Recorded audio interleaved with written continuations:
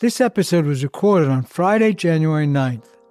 The situation in Venezuela is dynamic, so things may have changed by the time you hear it. Welcome to Making Peace Visible, the podcast about peace, conflict, and the media. I'm your host, Jamil Simon. It's hard to keep up with the number of unprecedented actions the second Trump administration has taken, many of them illegal under U.S. and international law. But what happened on January 3rd, when the U.S. military extracted Venezuela's president and first lady amidst an aerial assault on Caracas, is impossible to ignore. Also, seemingly overnight, the U.S. government's narrative on why we were taking action in Venezuela changed.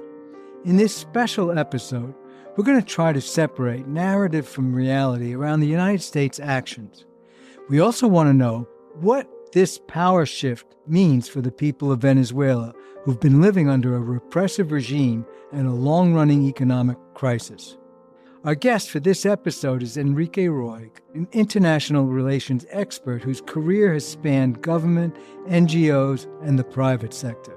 Enrique has more than 2 decades of experience in diplomacy, development, and human rights, including extensive experience in Central and South America. He's testified before Congress about human rights abuses committed by the Maduro regime. He served in the State Department during the Biden administration as Deputy Assistant Secretary in the Bureau of Democracy, Human Rights, and Labor. And he's currently the Vice President for External Relations at Human Rights First. He also has a Substack blog, Enrique Roig Unleashed. Enrique, thanks for being here today. Thank you for the invitation. It's great to be here, Jimmy.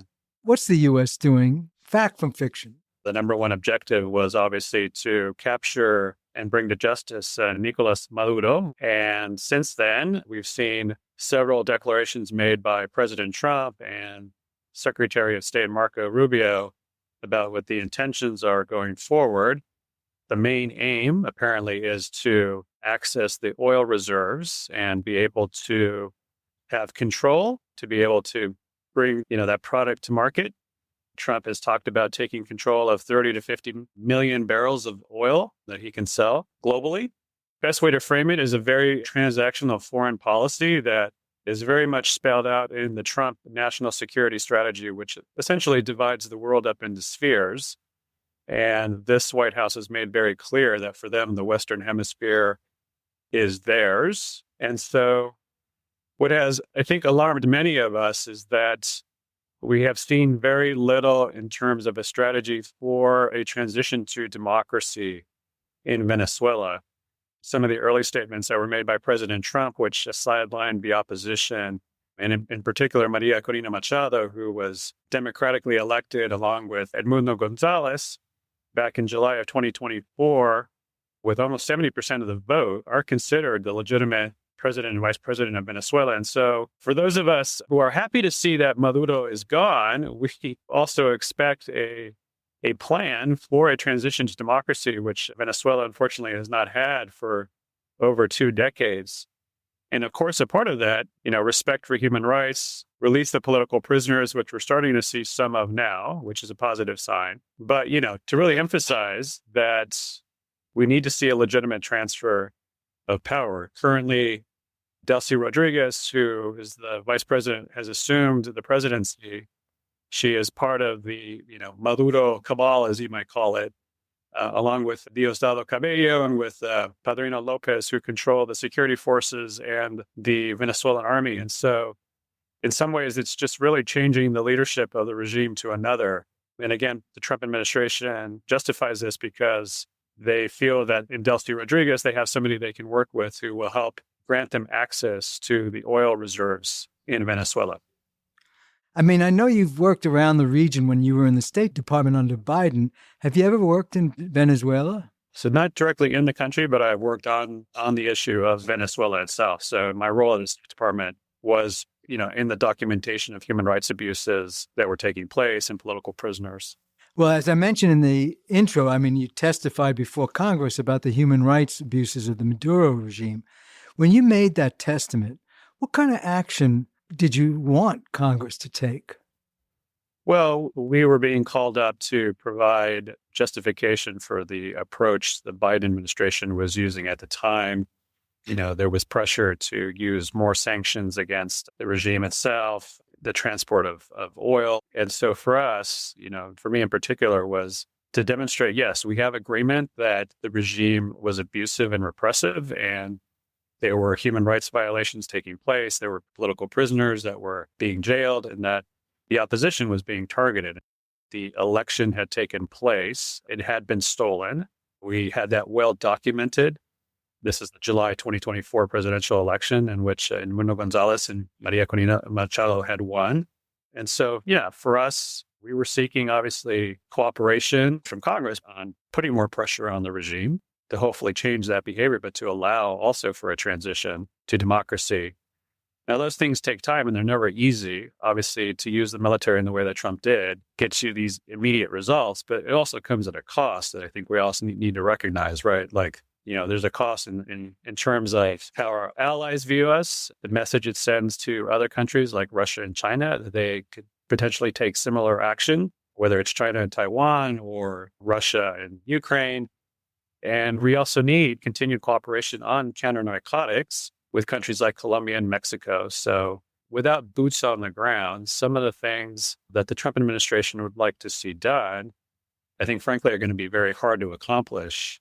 If the reliance is on Delcy Rodriguez to ensure security on the ground, given the repressive apparatus that she's been a part of, I'm not terribly hopeful how much leverage we're going to have going into the future. Sure, Trump can continue to threaten that he'll go after her and the others, but how long can you sustain that? I mean, that requires keeping heavy presence of warships in the Caribbean to do that. But, every time you have a disagreement, you can't say, oh, well, now I'm going to come after you. Right. So it's going to be, I think, a challenge. We'll see if Delcy Rodriguez really is willing to play ball with the administration and allow open access to the oil reserves, whether oil companies are going to want to go in without some guarantees on security. And you need sort of the rules of the game, the rule of law established in countries so that companies feel like they can go in and actually do business without worrying that, they're going to be expropriated again. So this is why, again, a transition to a legitimate democracy is so important in this context, even just from an investment standpoint. If that's really absolutely the only thing they care about, the Trump administration, then that should be a priority rather soon. I mean, the narratives around this whole situation are enough to make your head spin. Going back to last year when the Trump administration started carrying out aerial attacks on boats coming from Venezuela in the Caribbean Sea, the administration's narrative is that the boats were trafficking drugs to the United States, but that just doesn't add up because we know that's not how drugs are entering the United States. What do you think was the real motivation for the attack? Well, I think the motive becomes even clearer now that, creating a narrative that Maduro was part of this international criminal organization, the Cartel de los Soles, that was trafficking fentanyl to the United States, killing Americans. And so as part of an America First policy, we had to stop it. And that meant blowing up these speedboats that, according to the administration, were carrying fentanyl, which we still really don't have any evidence of, further than allowed them the justification from a law enforcement perspective to go and capture Maduro and bring him to the U.S. So from that perspective, it was a very, I would say, clever and well-orchestrated framing of the narrative that allowed them to carry out the action that we saw with the capture of Maduro. As you pointed out, Secretary of State Marco Rubio is an important player in here. In his first interview after Maduro's capture, he said that Maduro was a direct threat to the security of the United States. I mean, do you think there's any truth to that? Well, look, we do know that the Maduro regime, sure, was in relationship with Iran, with the Chinese, with the Russians, the selling of oil, and potentially, the presence of Hezbollah in the country itself. So yeah, there are, a lot of legitimate concerns along those lines. Did it present a current security threat directly to the U.S.? That one is hard, I think, to justify. If your argument is like that Maduro was trafficking fentanyl to the U.S., because fentanyl does not come from Venezuela. This has been repeated over and over from many analysts, those who know about the trafficking of drugs, that fentanyl comes from Mexico with precursors from China. So that argument just really didn't fly from the beginning. Now, with all that said, I do have to, point out that obviously for Venezuelans, they are euphoric about the fact that Maduro is no longer there. And we do need to recognize that his regime has been repressive and democracy has not been allowed to really flourish in the country. I mean, I've heard some experts say in the last week that toppling Maduro was a longstanding desire for Rubio, and his Cuban American community and other diaspora communities have been wanting the U.S. to topple leftist regimes in Latin America, including Venezuela, Cuba, Nicaragua, for decades. Is this just Trump giving Rubio free rein to fulfill these ambitions? Yeah, I mean, I think there's several things happening here. I mean, there's obviously also strong interest from the oil sector, from a particular individual, Harry Sargent III, who's a billionaire who exports asphalt out of Venezuela, which uses Venezuelan crude to do that. And he's been a big influence, from my understanding, and where this policy is coming from. Working with Richard Grenell, who's also been sort of a special advisor on Venezuela, whose position has been more to try and negotiate with the current regime, versus somebody like Marco Rubio, who I think probably more in the camp of let's get rid of this guy, probably more inclined to see a transition to democracy. And so you have different strands within the administration that are sort of, that have Trump's ear and that are pulling policy in a different direction. So in some ways, what you see now is almost kind of like a middle ground here in the sense of like there was military action used to get rid of Maduro. And then at the same time, you've got sort of this negotiation strategy with what's left of the regime to access oil, essentially, right? So here you see kind of where the interest of oil companies, somebody like Harry Sargent, are being met in this current moment, at the same time that you've got Marco Rubio's probably larger ambitions of also what impact will this have on Cuba, which we all know is one of his high priorities, to one day see a change of regime there, a transition to democracy. And so that's already been made clear in some of the statements that both he and President Trump have made about that the Cuban leadership should be worried and concerned about what comes next for them. So, all of this, again, is going to have larger implications for U.S. foreign policy in the region. I mean, I think what many of us are saying now, it's, we're returning to sort of a 19th century U.S. gunboat diplomacy approach, the Monroe Doctrine. And so, it could be a significant paradigm shift in the sense of how the U.S. foreign policy plays out in Latin America and the Caribbean. Whether it means better results from a U.S. interest standpoint, we will see. As far as the interest for Latin America itself, I think we're going to see them trying to pivot away from their dependence on the U.S. and looking for other economic ties with Europe, with China, some of which already have significant ones, like Chile and Argentina do a lot of trade with China. So, the question for me is, will any of this really factor into their decision-making when it comes to that? We'll see. Colombia has an election this year. President Petro has been sort of in the bullseye for President Trump lately with some of the remarks he's made about him and what he feels like his lack of cooperation on counter narcotics. He's also made comments about President Sheinbaum of Mexico that the cartels essentially control the government. So it's a much more aggressive foreign policy posture versus countries in the region. Yeah, well, according to Stephen Miller, Venezuela is just the beginning. Could be a signal that U.S. is done with international law, with the norms and treaties that were established after World War II, that we might just take Greenland if, we think it's in our strategic interest. Basically, back to might makes right. Do you think that narrative should be taken seriously? I think in the current context, yes. I think we have to take seriously what this administration says. I think last year, when the president would make some of these comments, we would sort of say, well, that's just Trump, being Trump, right?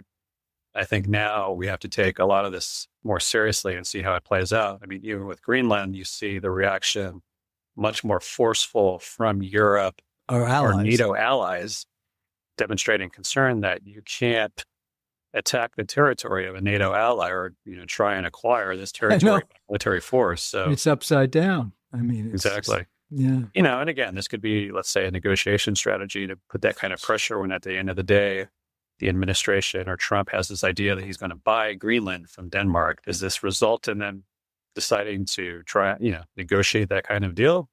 We'll see. I mean, I think the appetite, this administration knows this well, is that there isn't much of an appetite from the American public to have boots on the ground in any of these countries. And that's why we've seen with the Venezuela operation that there aren't any. Nobody wants to see a prolonged conflict, another Iraq-style scenario. And so, they're trying to have their cake and eat it too here, in the sense of like, we've captured Maduro. We say we're going to own the oil fields, but we're going to try and do it without a military presence. And we're going to hope that this proxy government in place is somehow going to be influenced enough by us to do what we want. Switching a little bit, what do you think about how the news media is covering this? Overall, I think it's been fine. I think good questions are being asked from the news media, again, about like, what is the game plan? Obviously, there was a lot of euphoria in the beginning about the capture of Maduro and what that meant for the country and Venezuelans. And I think now there are a lot more questions being asked about, well, what does this really mean for the U.S. to own Venezuelan oil? What are the security guarantees in the country, this type of investment? What's it mean for human rights in a transition to democracy? Those are all good questions. But, as you know well, we live in sort of parallel universes in our country. It's so polarized that you can turn on CNN and hear one analysis along these lines, and you'll turn Fox and it'll be a completely different one where it's essentially, painting maybe a much rosier picture of how this is all going to go down.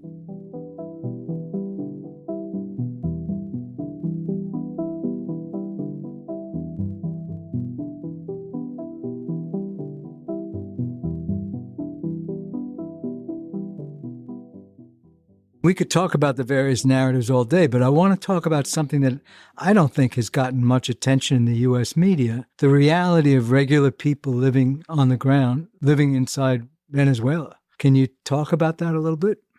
Yeah, we've seen, by some calculations, anywhere between 7 and 8 million Venezuelans who have left the country that have gone to Colombia, gone to Chile, Peru, Ecuador, the United States, Mexico, right? So a tremendous exodus of Venezuelans, which is horrible. And that's partly because the economy is in shambles. There's significant food insecurity. There's obviously political repression, lack of medical care and attention. And this is another thing that I think is going to become more important in the coming weeks is the humanitarian aspect of this. Will the regime be able to provide these basic goods and services, right? Food, medicine, water, care, medicines to the population? And if they're not able to, then will that potentially create more tension, lead to instability, further chaos that maybe gets out of control? Unless, again, they're willing to resort to more repressive crackdowns to try and negate that. So not a country that you would want to live in given the current condition. Of course, as with any sort of authoritarian government, given the fact that people were living in fear, sure, there was a lot of pushback against it. There was initially, after the election in July 2024, when Edmundo Gonzalez and Maria Corina Machado won, where you saw people coming out on the streets, but that was quickly repelled, repressed. And so everybody sort of fell back into line, was not willing really to stick their neck out further. So there's evidence of a crackdown. Oh, for sure. And that's been an ongoing problem, ongoing challenge in the country. And one that we were seeing over the last couple of days again, which with these colectivos that were coming out on the street and asking people to turn over their phones so they could go look through it and see if anybody had been in cahoots with the U.S. as part of this operation to get rid of Maduro, but just as a tactic to intimidate Venezuelans. I know it's hard to be sure given the volatility of the situation, but do you think there may be a shakeup within Venezuela? Yeah, it's a very good question because, again, Delcy Rodriguez, who's assumed the presidency, she's being painted as a technocrat and somebody that we can work with. But then the question is, how much control does she have over some of the other regime players like Diosdado Cabello, who's Minister of Interior, who controls security forces, and then also Padrino Lopez, who controls the armed forces. By all accounts, these are not people that seem to be so enamored with Delcy Rodriguez. So you could see some internal tensions there come up going forward, depending on how much she is having to cave in to the Trump administration on certain things and how well she could signal to the Chavistas that, she's also willing to push back. You've called on the Trump administration to demand Venezuela release all political prisoners. Can you talk about the situation of political prisoners in Venezuela and the human rights situation generally?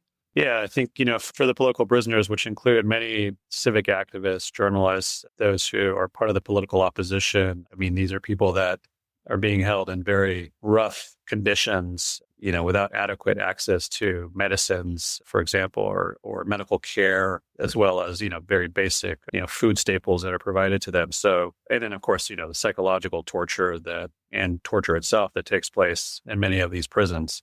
The use of political prisoners has been used very effectively to put down any potential opposition to the regime. And that's why it's so important that this current regime, led by Delcy Rodriguez, very quickly release these political prisoners. It would be a very good signal that hopefully we're moving in a better direction for the country. What'll be interesting to see then with the release of these individuals, if they decide to take up political activities again, will they be allowed to do so? That's an important question.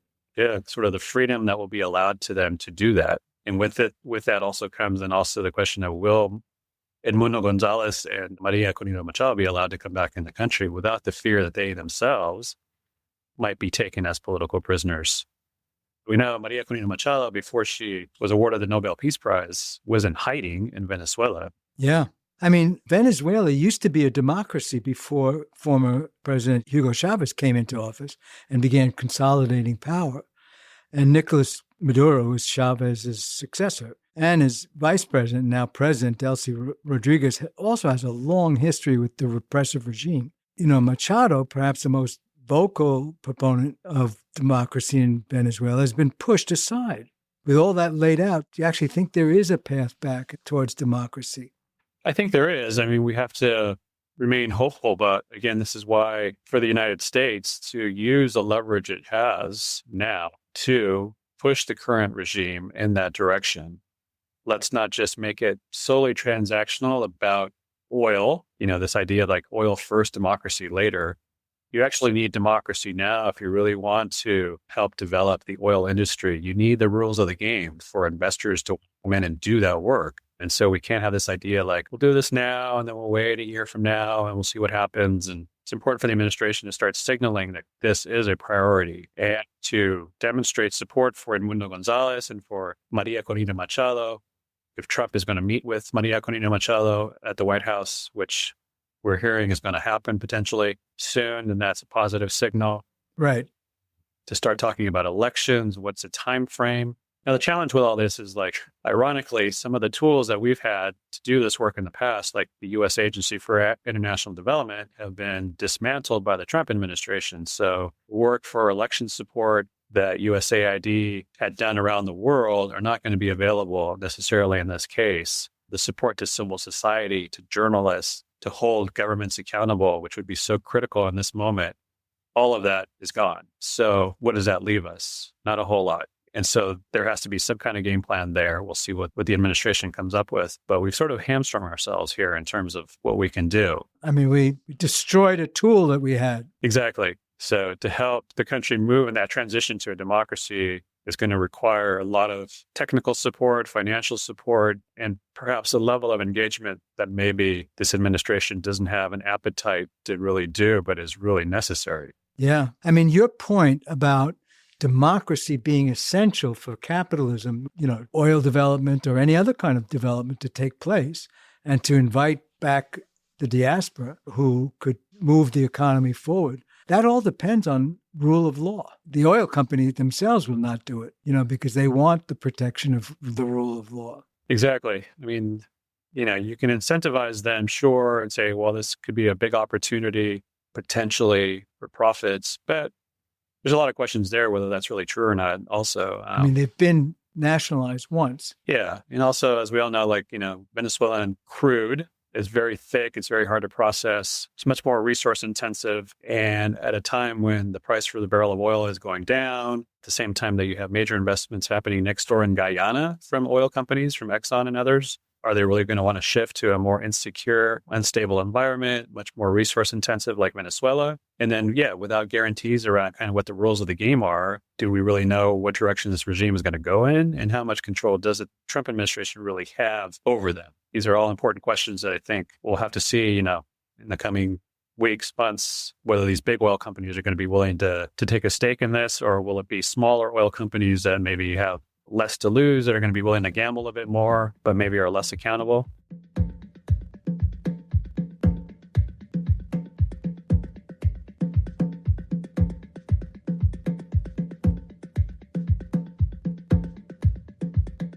Perhaps you're familiar with the diaspora community in America. Do you think that there's a strong desire to return, and under what conditions? And if Maduro's regime is still in charge, do you think that Venezuelans living in America would want to return? I think for many, yes, there definitely is a strong desire to return and be part of, the reconstruction of their country. But I think for many of them too, they're sort of waiting to see what direction things are going to take. I think many would be very concerned about their own security and what the opportunities really are going to be going forward. I think what's on the mind of many Venezuelans, of course, is the deportation policies that this administration has taken out very aggressively. Will those continue? Is the environment really secure enough to ramp up deportations? So at the one hand, this administration says we're doing business with this former ongoing regime, essentially, to access oil, and then we're going to start deporting more Venezuelans. We're going to revoke temporary protection status and humanitarian parole. A bit contradictory in that sense, but then they might be willing to craft a narrative that things are stable now and fine, so we can just deport more Venezuelans back. Or the administration continues to signal them out as being, part of this gang called Tren de Aragua, and this very sort of xenophobic messaging that's been coming out of the White House. None of that is, I think, going to be seen very positively from the Venezuelan community. What's the best case scenario for Venezuela 10 years from now, in your opinion? Well, Venezuela has had a history in the past of being a flourishing democracy in the region, with high levels of education, with a high level of standard of living, an important ally to the United States, to other countries in the region. So one would hope that we can return to a place where it becomes that, but at the same time, doesn't make the same mistakes of the past that led to Chavismo, which, ironically enough, was an elite that was essentially selling off its resources to international companies at the expense of not having that really benefit the Venezuelans themselves. So let's not go back to that again and make the same mistakes so that we end up in this cycle of where you create the conditions for, more left-leaning movements, let's say in this case, to try and take control because they feel like the country has essentially been for the benefit of elites and international corporations. If we were to look at the situation a year from now, what kinds of things would you say would indicate that it was going in a positive direction? With a call for elections, obviously being a high priority, the ability of the opposition to be in the country itself, to be active, being able to speak their mind, make pronouncements, flourishing of independent media, civil society organizations, actively calling out where they see corruption and lack of transparency of the current regime, and obviously the release of all political prisoners, the scaling back of armed groups like the colectivos, not harassing Venezuelans, not intimidating them for the purposes of supporting the current regime. So, all these things are going to be important indicators that there is an opening and an ability for a true opposition to flourish in the country and hold the current regime accountable. Well, I must say, that's a long list. It's a very good list. And I hope, at least 50% of those things come true. Enrique, could you tell me, is there anything that you see in what's going on in Venezuela that gives you hope? I would say the Venezuelan people themselves, what gives me hope, incredibly resourceful, dedicated people who want to see democracy come back to Venezuela. I think you talk to many of them who have migrated out of the country, those who are in the country, those who are among the opposition, obviously very much care about the future, want to see a real transition to democracy and are ready to go back and help rebuild their country. And so for me, that gives me hope because you've seen it play out in terms of the risks that the political opposition have taken, other civil society actors, journalists have been willing to stick their neck out and call things out, get into the mix, even when it meant being jailed, having family jailed. And so they've suffered tremendously already. But I think the future of the country lies in the Venezuelans themselves, and we need to give them the opportunity to rebuild their country. Enrique, thank you so much. I really genuinely appreciate your time and your insights and your knowledge and experience. Thank you for the opportunity. You can find more analysis on Venezuela from Enrique Roig on his Substack, Enrique Roig Unleashed. There's a link to it in the show notes. Are you curious about what it's like to be a journalist in Venezuela? Last spring, we recorded an episode with Tony Frangie Mawad, an independent journalist based in Caracas. It's called Journalism Under Authoritarianism. An indie reporter persists in Venezuela. You can find a link to that show in our show notes as well. Making Peace Visible is produced by Andrea Maraskin. The associate producer is Faith McClure, and I'm Jamil Simon. Keep up with us on social media. We're at Making Peace Visible on Instagram, YouTube, and LinkedIn. In our next episode, we'll be asking whether artificial intelligence can prevent conflict and advance peace while turning a profit in the process. See you then.